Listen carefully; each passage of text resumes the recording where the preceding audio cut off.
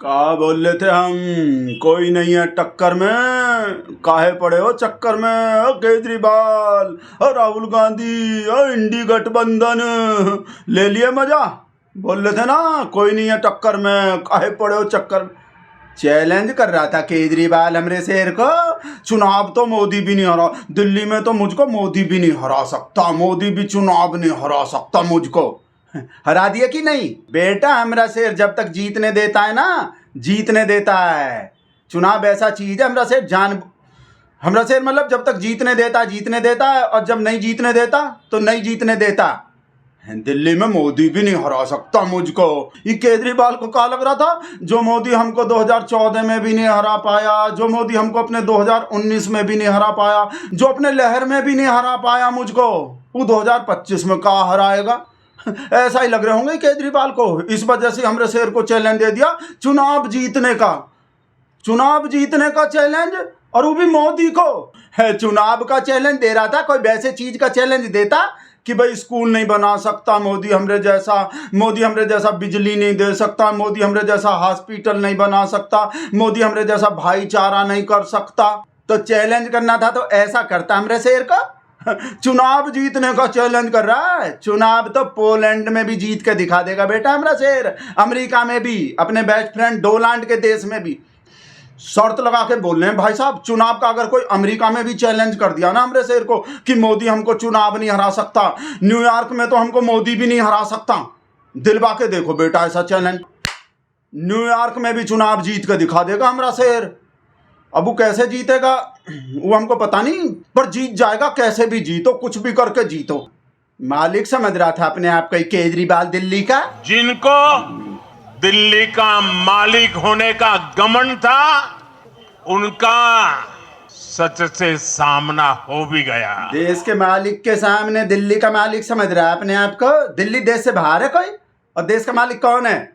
कौन है देश का मालिक? कौन समझता अपने आप को देश का मालिक? घमंड तो मोदी का भी नहीं रहा बेटा केजरीवाल। घमंड तो रावण का घमंड तो रावण का भी नहीं रहा, मोदी का तो रहेगा। और रहेगा भी काहे नहीं भाई साहब, जहां भी चाहता है वहीं चुनाव जीत के दिखा देता है। तो काहे नहीं करेगा घमंड? जब हमरा शेर है इतना पावरफुल तो मर जाए का? जब मैं इतनी सुंदर हूं तो का करूं, मर जाऊं का? जब हमरे शेर में टैलेंट इतना चुनाव जीतने का तो का करे, मर जाए का? दिल्ली का मालिक बन रहा है हमरे शेर के सामने, देश के मालिक के सामने। देश का मालिक हमरा शेर और शेर का मालिक मुकेश।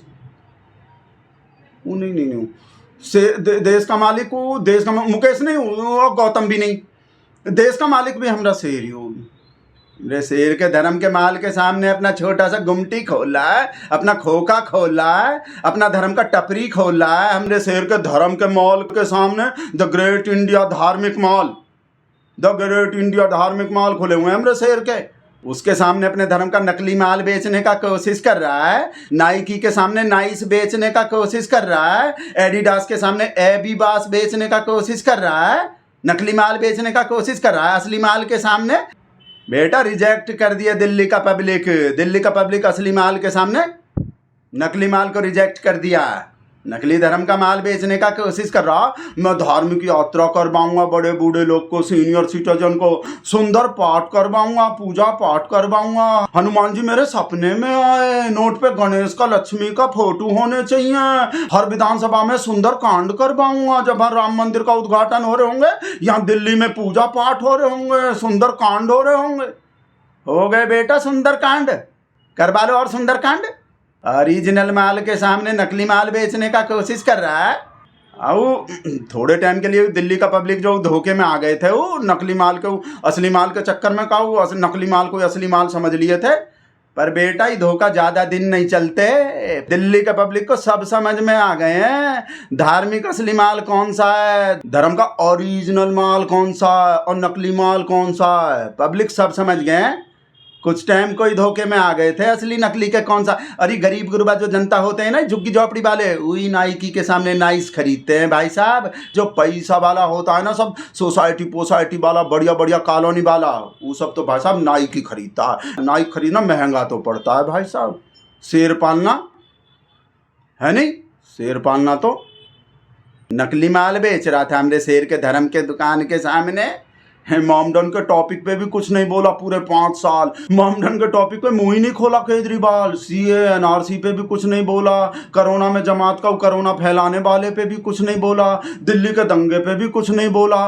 मोमडन का सपोर्ट ही नहीं किया कहीं भी। ही केजरीवाल कहा सोच रहा था मोमडन कहाँ जाएगा। मोमडन तो बीजेपी से इतना डरता है, बीजेपी के पास तो जा ही नहीं सकता। बीजेपी के डीएनए में तो मोमडन से नफरत ही नफरत भरी हुई है। बीजेपी तो अभी और बुरा करेगा मोमडन का भलाई तो बीजेपी कर ही नहीं सकता। 7 जन्म में भी नहीं कर सकता, सपने में भी नहीं कर सकता। मोदी के तो नस नस में मोमडन से नफरत है।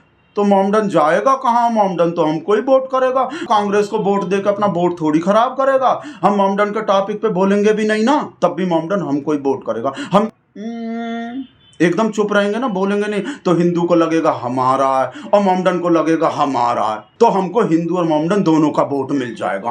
मजा ही मजा आ जाएंगे। फिर से सरकार बन जाएंगे, फार्मूला काम कर जाएंगे। कर गए काम फार्मूला।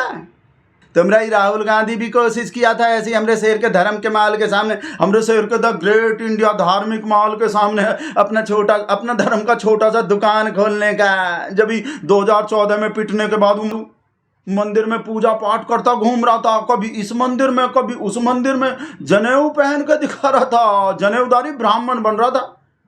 पर ही राहुल गांधी को जल्दी समझ में आ गए कि हमरे शेर के धर्म के माल के सामने तुम्हारा छोटा सा दुकान नहीं चल सकता। तो अपना धर्म का दुकान बंद करके मोहब्बत का दुकान खोल लिया। ये मोहब्बत के दुकान से थोड़ा डर तो लगता है हमको भाई साहब कि कहीं मतलब पब्लिक जो मोहब्बत के दुकान से सामान ना खरीदने लगे। पर केजरीवाल नहीं खोलेंगे शायद भाई साहब। केजरीवाल को तो भाई साहब देखो कितना महंगा घर बनाए हैं, कितना महंगा घर भाई।